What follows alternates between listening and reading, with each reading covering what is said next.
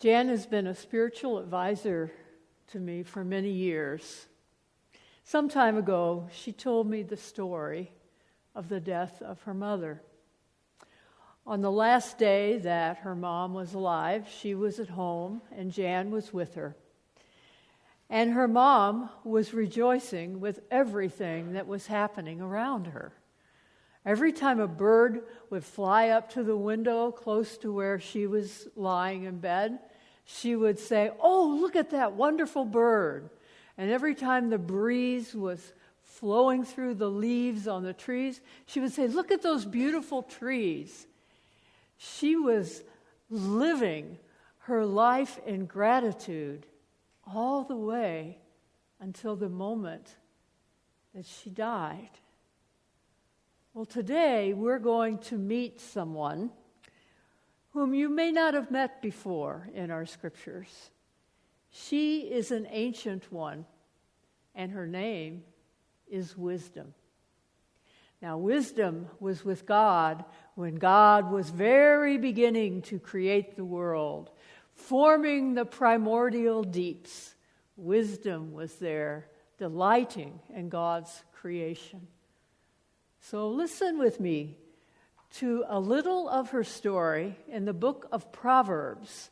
And if you are turning to your pew Bibles, I will let you know that I am reading a little bit different version, a version that was written by Robert Alter recently, the Hebrew scholar. I'm starting in Proverbs 8, and I'm starting with verse 22. The Lord created me at the outset of his way, the very first of his works of old. In remote eons I was shaped, at the start of the first things of the earth. When there were no deeps, I was spawned, when there were no well springs or water sources, before mountains were anchored, before hills I was spawned.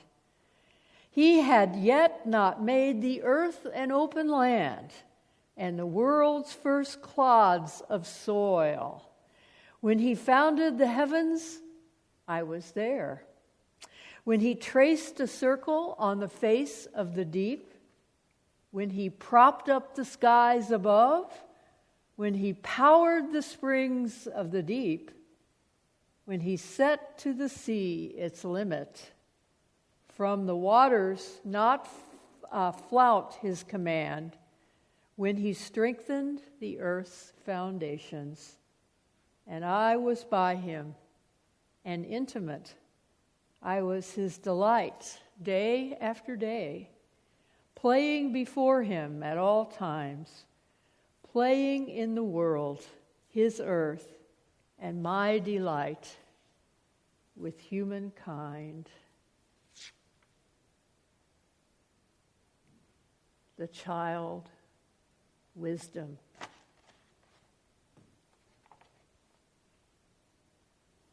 When I was a child, the person that I looked up to the most was my grandfather. When I was reading about woman wisdom in Proverbs this week, I was remembering when I was crawling on the floor, playing as a small child, and looking up at my grandfather because he was the person that I adored the most. Before I even knew what the word wise meant, I found wisdom in his eyes, and I always wanted to be around him, just near him. I rejoiced in his presence, and I loved to listen to him talk and to speak to me. That is what wisdom was like. Wisdom, who was the first of God's creation, created before the earth was made.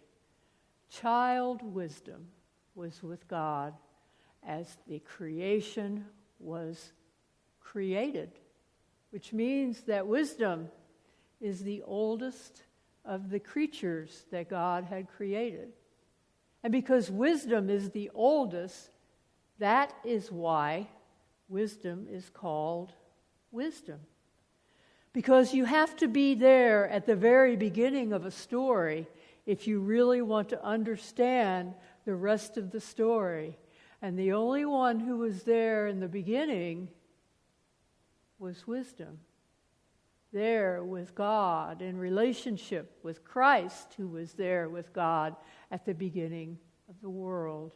Wisdom watched the world be made, and wisdom delighted in all that she could see. Does it surprise you a little bit that God has always been in relationship? That God was not a single entity at any point in time, that God was always with someone, always with Christ, always with the Holy Spirit, always with wisdom? God is not an it. God is not out there. God is always in relationship. And that's good news for all of us, even though it's a little hard to understand, especially on Trinity Sunday, when we're trying to figure out what the Trinity means. And we've been taught so many things about the Trinity, that God is one, that God is three, that Christ is of Christ's own essence, not mixed with God's essence. Many, many things I was taught in seminary, and you may have heard. But the one thing to remember about the Trinity is this: God has always been in relationship. God made us to always be in relationship. We are not alone, and God has never been alone. When Jan was dying on her bed, my friend's mother, she remembered again how everything is connected. Before she died, she saw herself connected to the birds that came to her window. She saw herself connected to the trees that were rustling, to the flowers that were blooming outside. She rejoiced in gratitude with all of the connections she felt and rediscovered on the moment before she died. That is wisdom. Wisdom is knowing that we are all connected by a God who has always been connected. When I read this story earlier to the children, I was wondering if any of you remember where you heard this story. Some of you have heard it before. Anybody know? One person's nodding. There's a story behind this story. Doug Brubaker used to sit in the front pew right there. Doug was one of my greatest fans because whenever I would look out into the congregation, I would see that Doug was watching me, which meant that he might be listening to me also. There's always that chance. So Doug was here every Sunday since I came to be your pastor. And I'm told that Doug was here for decades of every Sundays before I even arrived. Well, one Sunday, we came to church and Doug was not in his pew. And so the next day, I talked to Audrey because we had not heard from him either for a few days. And Doug, to give some of you some background because you don't know him, Doug was a person who, this church was his home, and he received his mail here as well. He and his mother were members long ago, and Doug went to San Francisco after he graduated high school, and he became a professor at a university over in California, but he had a tragic bicycle accident there, and he suffered brain damage. And so then he came back to Elgin, and he stayed with his mother for a time. And then our church, back in the days of Bill Clark, adopted him really as not just a member, but a place. This was his home, this church. So he was here every Sunday. Audrey and I, on the following Monday, called up Doug's landlord, and his landlord went to his apartment. His apartment was right down the street, too, so Doug lived very close to our church. And his landlord called us back and told us that he had found Doug's body in the apartment. And so Audrey and I went over to take care of all the details that one has to take care of. We had the power of attorney as a church, and Audrey's name was on it. So we called the paramedics, and we also eventually had his body picked up by Laird's Funeral Home.